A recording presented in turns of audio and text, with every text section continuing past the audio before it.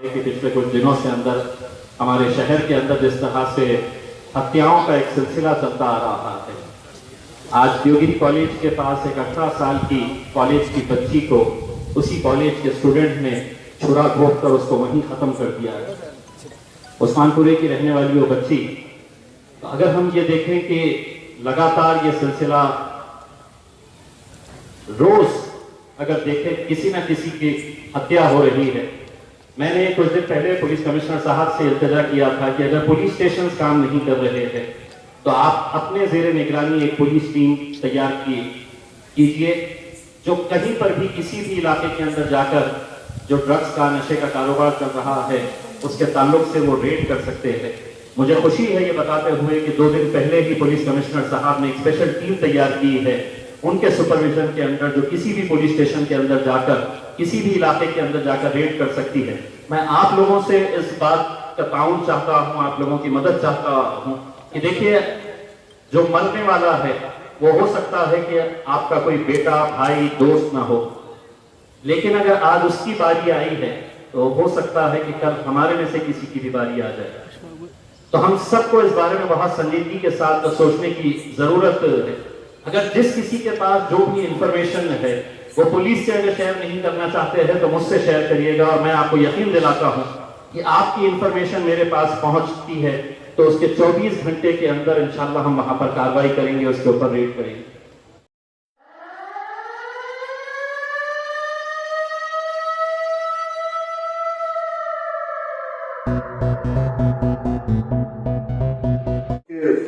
अलग से नीचे उतरता नहीं तब तक तुमने जाना।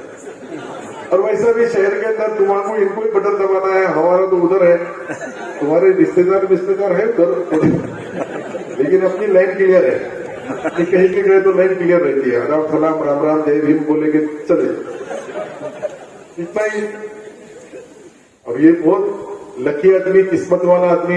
मैंने पहले एक कासिम किस्मत वाले का नाम सुना था, उन्होंने बहुत किस्मत आजमाया, लेकिन उनके की किस्मत में कुछ जमा ही नहीं उनका, नहीं है ना कासिम किस्मत, बरोबर, घोड़ा निशानी वगैरह लेके लड़े इतना, लेकिन वो कुछ भी होने के बाद में ये देखो कैसे आए एमएलए, दूसरी बारी को एमपी, अब तीसरी बारी को कौन सा इलेक्शन लड़ते मुझे मालूम, लेकिन दोनों के अंदर भी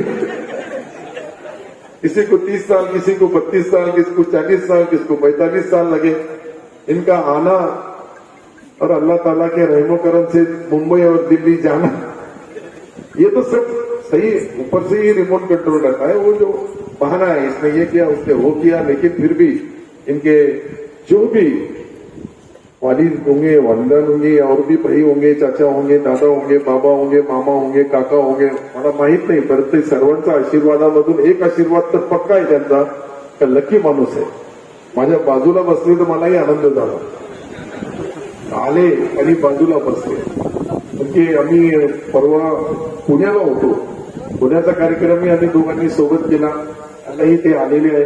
मी त्यांना विनंती केली की तुम्ही इथं शेवटपर्यंत थांबा, बाकीच्या लोकांना अजून स्पीच द्यायचं आहे। बहुत बहुत मुबारकबाद देता हूँ आज के इस मौके के ऊपर कौमी एकजहती के जरिए ईद मिलन का ये प्रोग्राम रखा गया है। इतना अच्छा मौसम है, इतनी अच्छी हवा चल रही है, और मैं बहुत ज़्यादा वक्त नहीं लेना चाह रहा हूँ। सत्तार भाई ने जब तकरीर करने के लिए खड़े हुए थे तो उन्होंने मुझसे कहा था कि उनके दाढ़ में दर्द है, उनका दाढ़ निकाला गया है और इसीलिए वो ज़्यादा बोल नहीं पाएंगे। मैं दुआ करूंगा कि सत्तार भाई के दाढ़ का दर्द जल्दी ठीक हो जाए, ताकि वो दर्द होने के बाद इतना बोल कर गए हैं, अगर दर्द नहीं रहता तो कितना बोलते।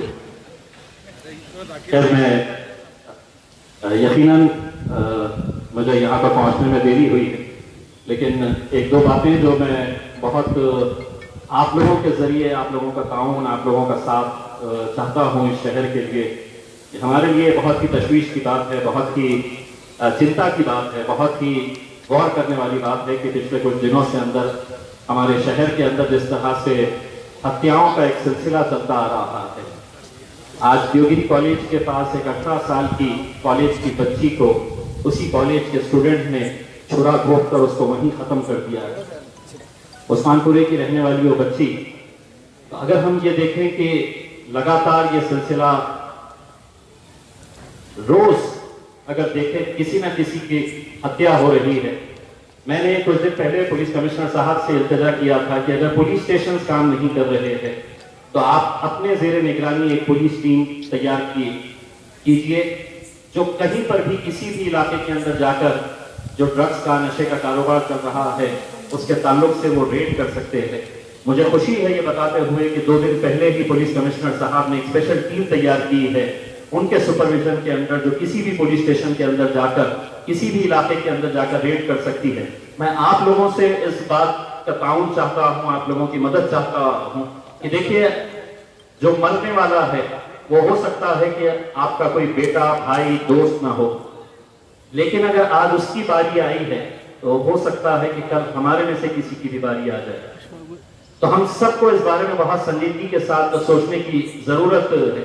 अगर जिस किसी के पास जो भी इंफॉर्मेशन है वो पुलिस से अगर शेयर नहीं करना चाहते हैं तो मुझसे शेयर करिएगा, और मैं आपको यकीन दिलाता हूं कि आपकी इंफॉर्मेशन मेरे पास पहुंचती है तो उसके 24 घंटे के अंदर इंशाल्लाह हम वहां पर कार्रवाई करेंगे, उसके ऊपर रेड करेंगे। ये एक सामाजिक दायित्व है, समझ लीजिएगा, हम सबकी जिम्मेदारी ये है। और हमने बहुत सारे उलमाए किराम को और आज जमात इस्लामी के इस प्रोग्राम के जरिए भी मैं ये अपील करना चाहूंगा कि जुम्मे के खुतबे के दौरान इस बात के ऊपर बात होने की जरूरत है, इस बात के ऊपर चर्चा होने की जरूरत है कि क्यों नौजवान जो है वो नशे की लत के अंदर इतनी तरह से बुरी तरीके से वो शामिल हो रहा है।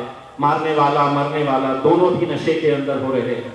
तो ये जो है बहुत ही एक संजीदा मुद्दा है जिसके ऊपर हम सबको साथ में मिलकर आने की जरूरत है। मैं जमात इस्लामी हिंद के और खासतौर से वाजिद साहब का बहुत बहुत शुक्रिया अदा करता हूं कि जब भी कोई सामाजिक मुद्दा आता है ये जमात बढ़ चढ़ कर हिस्सा देती है। और आज भी जो प्रोग्राम ऑर्गेनाइज किया गया है एक ऐसे वक्त के अंदर जहां पर मजहबों के बीच में, समाजों के बीच में, जाति धर्म के बीच में दरारें और दीवारें पैदा करने की कोशिश की जा रही है। ये इस मुल्क की तहजीब है, इस मुल्क की संस्कृति है कि हम लोग त्योहार मनाते कई सालों से जो आ रहे हैं, उस तहजीब का ही हिस्सा है कि हम ईद सब साथ में मिलकर मनाते हैं। और दिवाली हो, दशहरा हो, गणपति का त्योहार हो, हम सभी लोग किसी भी जाति धर्म का त्योहार हम साथ में मिलकर मनाते हैं। लेकिन आज कहीं ना कहीं ये जो दरारें और दीवारें पैदा की जा रही है, क्यों की जा रही है, कैसे की जा रही है, हम अच्छी तरह से वाकिफ होते हैं। तो ऐसे जब प्रोग्राम्स होते हैं तो यकीनन ये प्रोग्राम सिर्फ शीरखुरमे का प्रोग्राम नहीं होता है कि यहाँ पर आए और हमने शीरखुरमा पिए और चले गए। ये दिलों को जोड़ने का प्रोग्राम होता है, ये दिलों को आपस में करीब लाने का प्रोग्राम होता है। और ऐसे प्रोग्राम्स की आज बहुत ज्यादा सख्त जरूरत है, हम ये समझते हैं। मैं वाजिद साहब को और जमात इस्लामी को एक बार फिर से बहुत बहुत मुबारकबाद पेश करता हूँ और आप तमाम लोगों को एक बार फिर से ईद की बहुत बहुत मुबारकबाद देता हूँ। बहुत बहुत शुक्रिया।